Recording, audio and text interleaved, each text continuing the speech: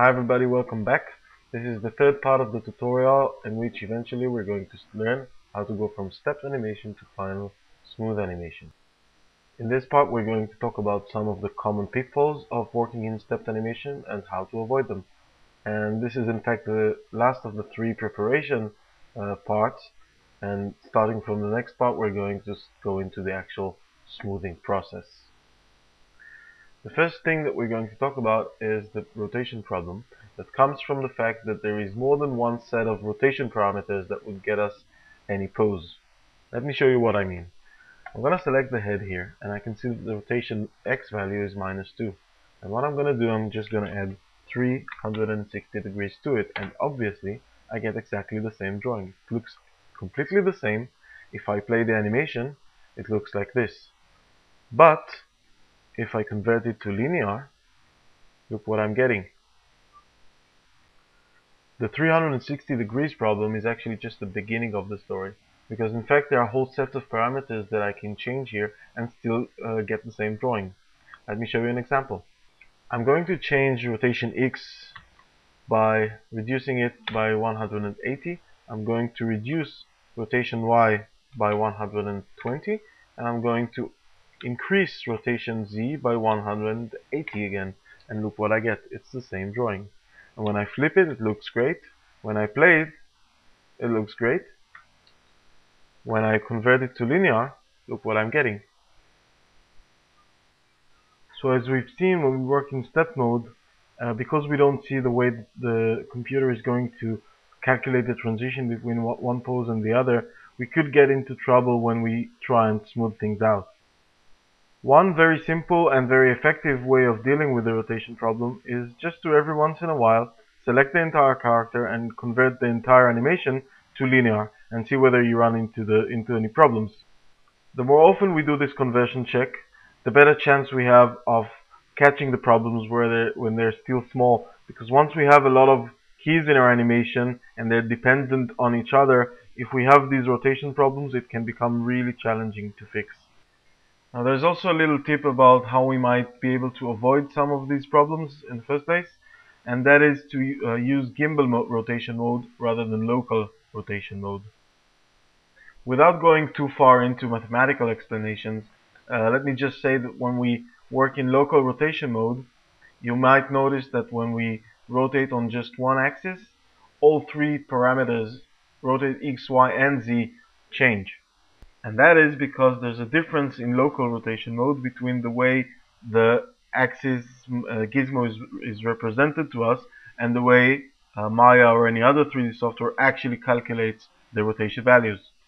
But if I use the gimbal rotation mode, then I get an actual accurate representation, and you will see that when I move one axis, only one parameter is actually changing.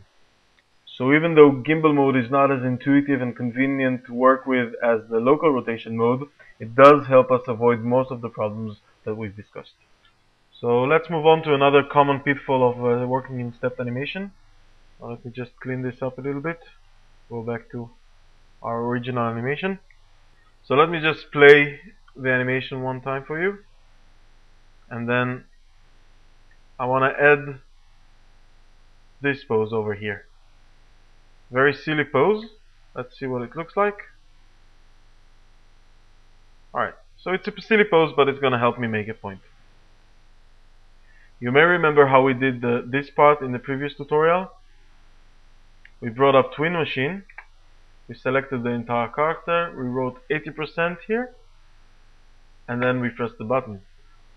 Only now, for some reason, it didn't really work. All of a sudden, his eyes are closed. They weren't closed before. They were like this before. So how come when I make it in between, it changes my actual pose?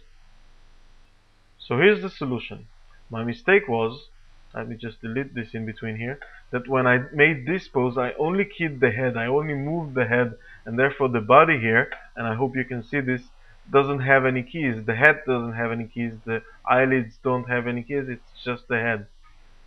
And what happens then is that when I select the entire character and I in between it, I get sort of a confused in between where the head is in between these two poses, but the body and eyelids are in between this pose and that pose over there.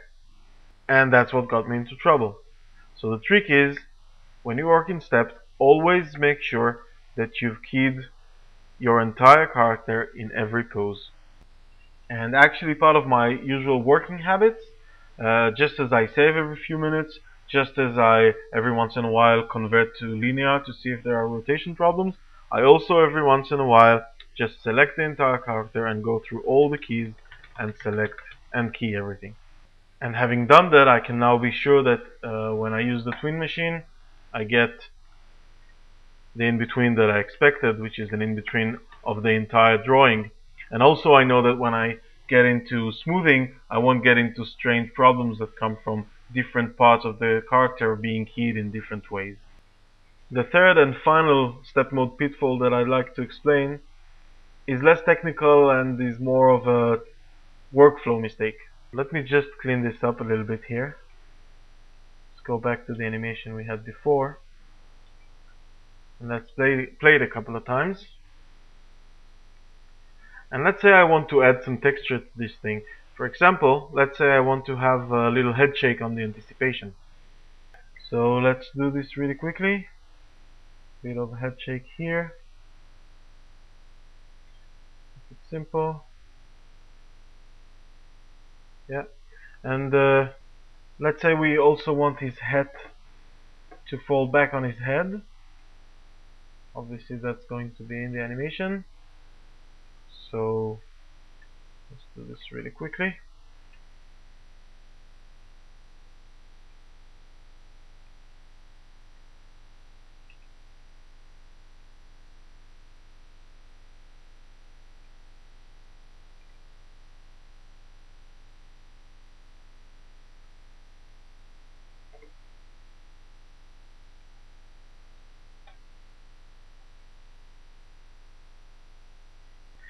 And let's also say that we want to delay the one of the blinks a little bit.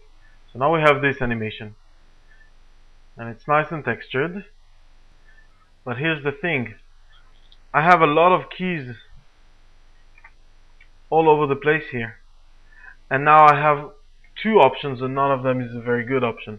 One option is to go ahead and just key the entire character on each and every one of these keys, and what I lose on this option is the flexibility, which is the reason that I'm working in step in the first place. I want to be able to change things very easily. I want to have very few keys defining a very complicated action. The other option is, of course, to leave it like that with different parts of the body being keyed in different ways, but that would get me into some troubles that we were talking about before. So what is the solution? Really, the solution is just not to go into that kind of detail when we're working in step mode. This is the kind of texture that we're going to apply later on in the smoothing process. And it's okay to do it if you need to show the director what you're going to do with the scene. But then, once the scene is approved, I would delete all these extra keys and add the animation back in the smoothing process. So that wraps it up for this part of the tutorial. I hope you enjoyed it, even though it was a little bit technical. We're done with the preparation tutorials, and now we're finally ready to start talking about the actual smoothing process.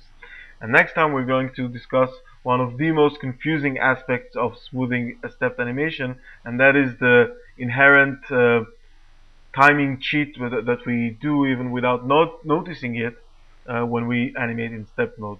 I hope you join me next time, and in the meanwhile, have fun animating. Bye bye.